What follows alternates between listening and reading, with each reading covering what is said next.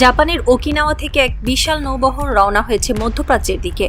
নৌবহরের মাঝখানে ভাসছে এক দানব, ইউএসএস ট্রিপলি, একটি উভচর যুদ্ধজাহাজ যা একই সঙ্গে সমুদ্রে ভাসতে পারে, স্থলে নামাতে পারে সেনা, আর আকাশ থেকে ঢালতে পারে মৃত্যু।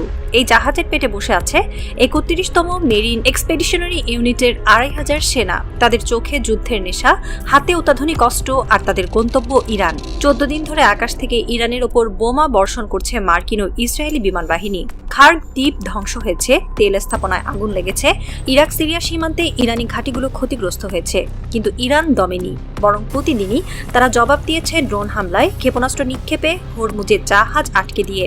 এখন ট্রাম্প বুঝছেন শুধু আকাশ থেকে বোমা ফেলে ইরানকে পরাস্ত করা যাবে না, প্রয়োজন স্থল আক্রমণ, প্রয়োজন মেরিন সেনাদের বুট আর রাইফেল।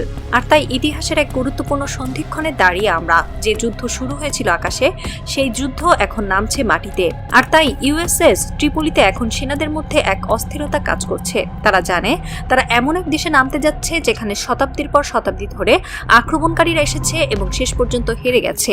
সেখানে কি তারাও হারবে, নাকি তারা ইতিহাস বদলে দেবে? এক মেরিন সার্জেন্ট মাইকেল জনসন তার স্ত্রীকে শেষবারের মতো ভিডিও কল করেছিল। তার স্ত্রী কেঁদেছিল। মাইকেল বলেছিল, আমি ফিরবই। আমাদের ছেলেকে বলো বাবা তার জন্য লড়ছে। কিন্তু মাইকেল জানে না এই যুদ্ধে ফেরা কতটা কঠিন, কারণ ওদিকে ইরানের মাটিতে অপেক্ষা করছে মৃত্যুর ফসল। মুখোমুখি লড়াইয়ে প্রস্তুত ইরানের সেনারা, আর তাদের পেছনে দাঁড়িয়ে আছেন মোজতবা খামেনি। জাপানের ওকিনাওয়া দ্বীপ মার্কিন সামরিক বাহিনীর সবচেয়ে গুরুত্বপূর্ণ ঘাঁটিগুলোর একটি, ক্যাম্প পোর্টস। এখানে অবস্থান করছে ৩১তম মেরিন এক্সপেডিশনারি ইউনিট। এই ইউনিটের ইতিহাস গৌরবময়। কোরিয়া যুদ্ধ থেকে শুরু করে ভিয়েতনাম, ইরাক, আফগানিস্তান সবখানেই তারা রেখেছে রক্তের ছাপ। তাদের ডাক নাম আমেরিকার দানব, আর এই দানব এখন ছুটছে ইরানের দিকে। গত ২৪ ঘন্টায় ক্যাম্প পোর্টস ছিল যুদ্ধের প্রস্তুতির এক নগরী। হেলিকপ্টারের ঘূর্ণিঝড়, ট্যাঙ্কের গর্জন, সেনাদের চিৎকার, সব মিলিয়ে এক অস্থির পরিবেশ। এক তরুণ মেরিন, কর্পোরাল জেমস রায়ান, তার মায়ের সঙ্গে শেষবারের মতো ফোনে কথা বলছিল। মা কাঁদছিলেন। জেমস বললেন, মা, আমি জানি না ফিরতে পারবো কিনা, কিন্তু আমেরিকার জন্য, দেশের জন্য আমি যুদ্ধে যাব।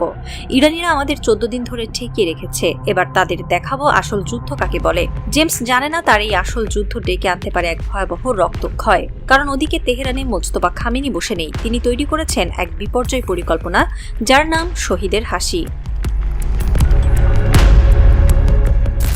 ইউএসএস ট্রিপলি একটি উভচর যুদ্ধজাহাজ।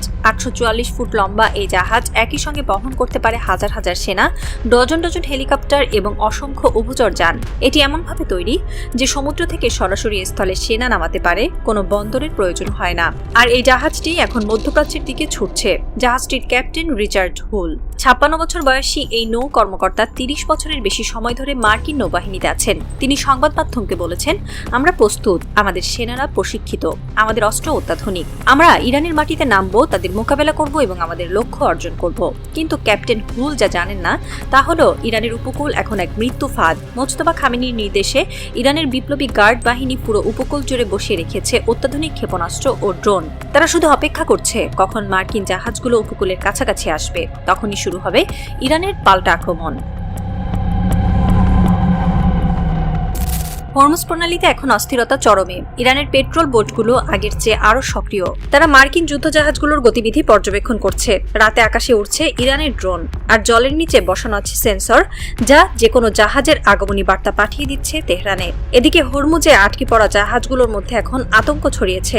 এক ভারতীয় জাহাজের ক্যাপ্টেন রমেশ কুমার তার পরিবারকে ফোন করে বলেছেন, আমরা জানি না কি হবে, মার্কিন জাহাজ আসছে, ইরানের পেট্রোল বোট আমাদের চারপাশে ঘুরছে, মনে হয় যেন আমরা একটা ফাঁদে আটকে আছি, কোনো দিকে যেতে পারছি না। ভারত সরকার ইতিমধ্যে ইরান ও মার্কিন উভয়ের সঙ্গেই আলোচনা শুরু করেছে। ভারতীয় পররাষ্ট্র মন্ত্রণালয়ের এক কর্মকর্তা জানিয়েছেন, আমরা চাই আমাদের জাহাজগুলো নিরাপদে ফিরে আসুক, আমরা কোনো পক্ষের সঙ্গেই সংঘাতে যেতে চাই না। তেহরানের রাস্তায় এখন জনজীবন প্রায় স্তব্ধ হয়ে এসেছে। দোকানপাট বন্ধ, স্কুল কলেজ বন্ধ, মানুষ ঘরবন্দি। আকাশে সবসময়ই হেলিকপ্টারের শব্দ, মাঝে মাঝে শোনা যায় বিমান হামলার বিকট শব্দ, আর রাতে দেখা যায় আকাশে ক্ষেপণাস্ত্রের আলোর রেখা। এক তরুণী ফাতেমা তার বাসার ছাদে দাঁড়িয়ে আকাশের দিকে তাকিয়েছিল, চোখে জল। তার বড় ভাই গত সপ্তাহে নিখোঁজ হয়েছে। সে ইরানি বিপ্লবী গার্ডে যোগ দিয়েছিল। শেষবার যখন কথা হয়েছিল তার ভাই তাকে বলেছিল, ফাতেমা, আমি যদি শহীদ হই তুমি কাঁদবে না, কারণ আমি শহীদ হতে চাই, আমাদের দেশের জন্য, আমাদের ধর্মের জন্য। ফাতেমা জানে না তার ভাই বেঁচে আছে কিনা, কিন্তু সে প্রতিদিন ছাদে দাঁড়িয়ে থাকে আকাশের দিকে, যদি কোনো খবর পায়। কিন্তু খবর আসে না, শুধু আসে বোমার শব্দ আর ক্ষেপণাস্ত্রের আলো। হরমুজ প্রণালীতে সূর্য ডুবছে, আকাশে লাল আভা ছড়িয়েছে। ইউএসএস ট্রিপলি এখনও এগিয়ে চলেছে। জাহাজের ডেকে দাঁড়িয়ে ক্যাপ্টেন হুল দূরের দিগন্তে তাকিয়ে আছেন। তিনি জানেন কয়েক ঘন্টার মধ্যেই তার সেনারা নামবে ইরানের মাটিতে। তিনি জানেন তাদের জন্য অপেক্ষা করছে মৃত্যু, কিন্তু তিনি থামতে পারেন না, কারণ তার দেশ বলছে যুদ্ধ করতে হবে।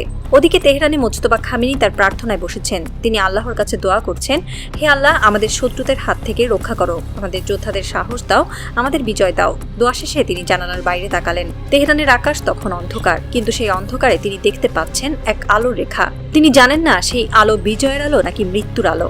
হরমুজের জলে তখন ঢেউ খেলে যাচ্ছে। সেই ঢেউয়ের শব্দ যেন ফিসফিস করে বলছে, আগামীকাল ভোর। আগামীকাল ভোরেই শুরু হবে ইতিহাসের এক নতুন অধ্যায়, রক্তাক্ত অধ্যায়, যার নাম কেউ লিখবে বিজয়, কেউ লিখবে পরাজয়, কিন্তু শেষ পর্যন্ত যে দাঁড়িয়ে থাকবে সেই হবে আসল বীর। ইউএসএস ট্রিপলি তখন আরও এগিয়ে চলেছে। জাহাজের পেটে ঘুমিয়ে আছে ২৫০০ মেরিন। তাদের স্বপ্নে বারবার ফিরে আসছে ঘরের ছবি, মায়ের মুখ, স্ত্রীর চোখ। কিন্তু তারা জানে হয়তো এই শেষ রাত তাদের জীবনের। আগামীকাল সূর্য ওঠার আগেই হয়তো তাদের বাড়ি জমবে না দেখার দেশে। আর মোজতবা তখনও জেগে। তিনি তার কমান্ডারদের নির্দেশ দিচ্ছেন, প্রস্তুত থাকো, ভোর হতেই তারা আসবে, তাদের স্বাগতম জানাও। ইরানের মাটি পবিত্র, এই মাটি রক্ষা করতে হবে। ভোর হতে আর মাত্র কয়েক ঘন্টা, আর এই কয়েক ঘন্টার মধ্যেই নির্ধারিত হবে ইতিহাসের গতিপথ। যে যুদ্ধ শুরু হয়েছিল আকাশে, সেই যুদ্ধ এখন নামছে মাটিতে। মুখোমুখি লড়াই, রক্ত আর আগুনের লড়াই। আর এই লড়াইয়ের ফল কি হবে তা কেউ জানে না, শুধু হরমুজের জলের ঢেউগুলো জানে আগামীকাল ভোরে এই জল লাল হবে। লাল হবে সূর্যের আলোয় নয়, লাল হবে রক্তের আলোয়। আর সেই রক্তের দাগ হয়তো কখনো মুছবে না হরমুজের বালুচর থেকে।